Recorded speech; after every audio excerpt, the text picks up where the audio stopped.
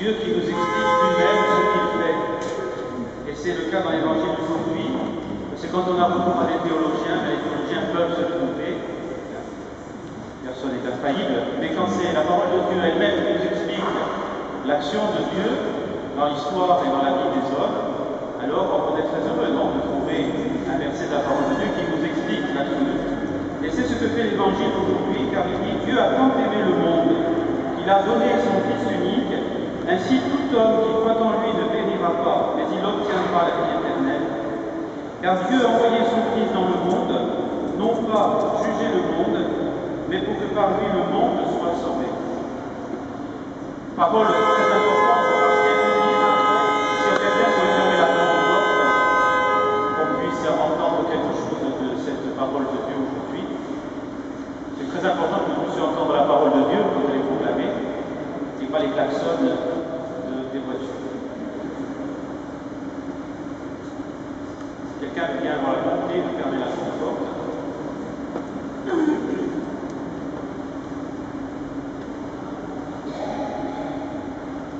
Non, pas les bâtons, ça ne sert à rien, c'est la grande porte.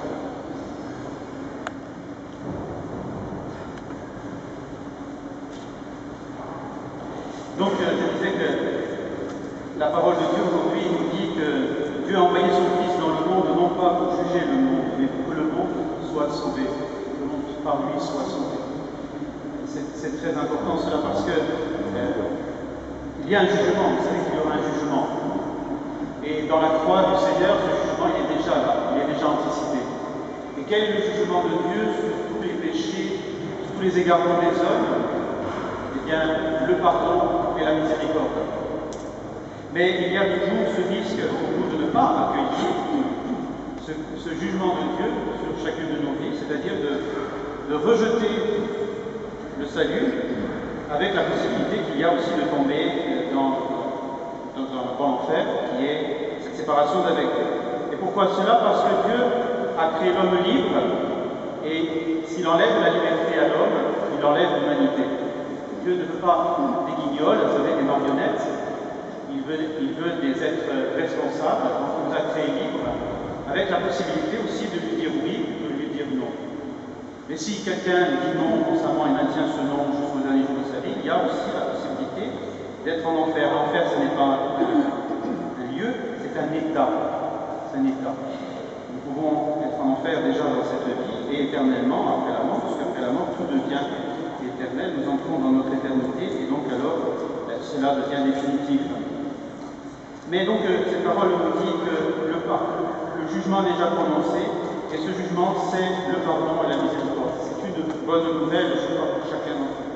Alors aujourd'hui, cet évangile nous est lu parce que nous célébrons la fête de l'exaltation de la Sainte Croix, et non la Croix glorieuse simplement. C'est la traduction française du missel qui l'appelle la Croix glorieuse, mais dans l'édition originale du missel de Paul VI, il est bien dit l'exaltation de la Sainte Croix.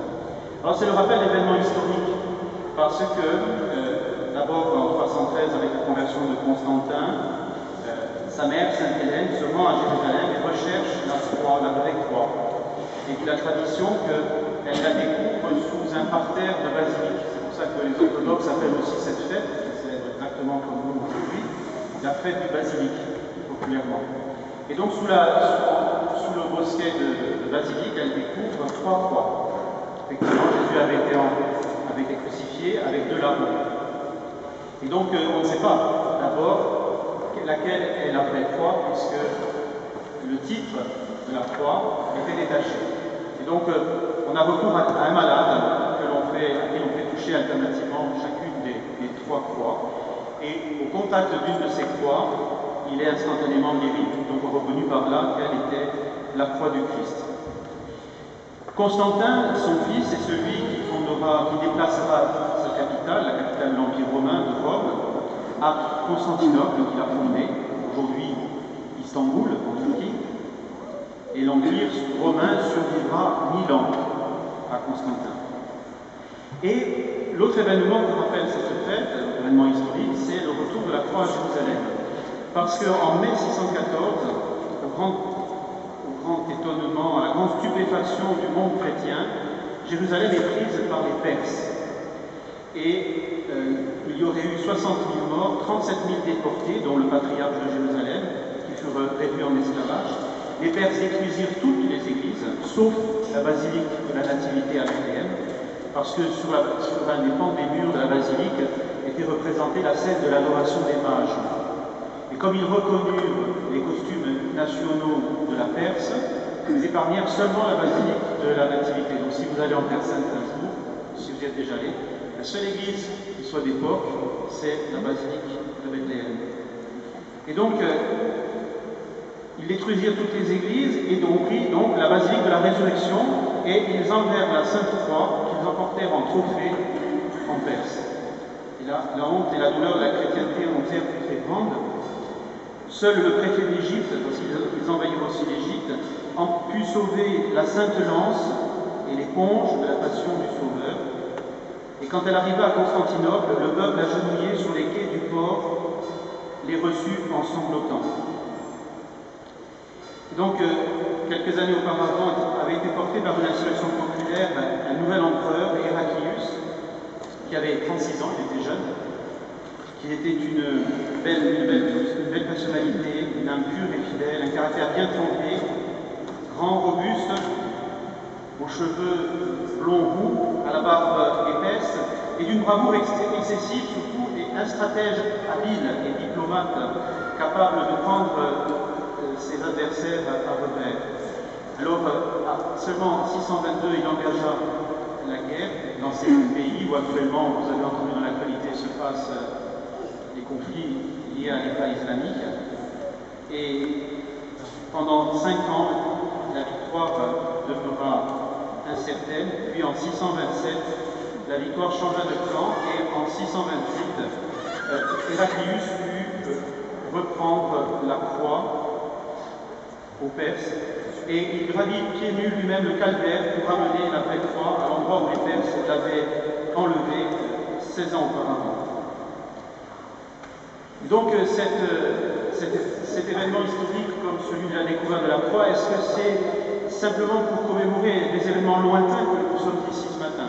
Bien non, je crois que nous sommes là pour découvrir plutôt la place de la croix dans nos vies aujourd'hui. Parce que la bêtise et la cruauté des fous sont de toutes les époques. Le baptême lui-même ne suffit pas à délivrer la bête humaine collective de ses passions. Mais Jésus nous donne aujourd'hui cette fête pour autre chose. Il y a quelques années, de cela, dans un village pas loin d'ici, dans la région bastiaise, une dame avait acheté une croix et elle l'avait placée dans son jardin. Et cette croix était effectivement un peu haute. Mais le problème, c'est que ça a choqué ses voisins et qu'elle a eu les gendarmes à la maison. Parce que les gens ne comprennent pas aujourd'hui le sens de la croix. Quel est le sens pour nous aussi de cette croix? Alors, la fête d'aujourd'hui s'appelle l'exaltation de la Sainte Croix, en allusion au rite pratiqué en Orient, où le célébrant élève la croix aux 4 points cardinaux pour bénir le monde. Et c'est ce rite qu'on appelle l'élévation de la croix lumineuse. Alors il y a une prière populaire en Corse qui a été recueillie il y a quelques années par l'abbé Cast, historien du diocèse, aujourd'hui décédé. Et la finale de cette prière est très intéressante parce qu'elle dit Quando accroce al sol tutto il mondo allumino. Et c'est une allusion directe à ce rite de l'élévation de la croix aux 4 points cardinaux, qui est le rite essentiel de cette fête en Orient.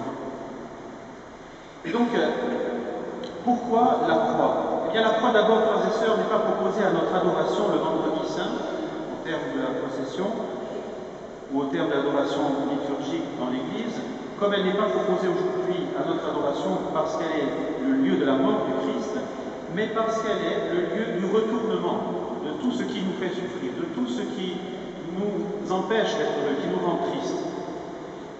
Et elle est le lieu du renversement définitif de toutes les afflictions. Tous ceux qui souffrent, les opprimés, les malades, les pauvres, les parias, les victimes de l'influence, à tous elle offre l'espérance que Dieu peut transformer leur souffrance en joie, leur solitude en communion, leur mort en vie. C'est cela d'abord que nous célébrons quand nous célébrons la foi. Elle est un symbole d'espérance le plus éloquent que le monde n'ait jamais vu. Et c'est pourquoi le monde a besoin de la foi. Ce n'est pas d'abord un symbole privé de dévotion quand on fait sa prière, qu'on fait un signe de croix, comme je le vois faire parfois quand je me tiens à l'église ici, par les gens qui rentrent, on fait un petit signe de croix. Ce n'est pas non plus l'insigne des cathos, des membres d'un groupe particulier au sein de la société.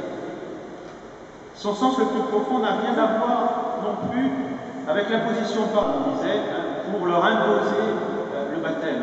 Non, la croix n'a rien à voir avec cela. La croix parle d'autre chose. Elle parle d'espérance. Elle parle d'amour. Elle parle de la victoire de la non-violence sur l'oppression.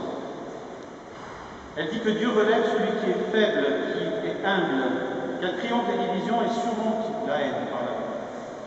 Le pape Benoît XVI, le pape émérite, disait « Un monde sans la croix serait un monde sans espérance, un monde dans lequel la torture et la brutalité seraient sans contrôle, où la faiblesse serait exploitée et l'avidité aurait le dernier mot.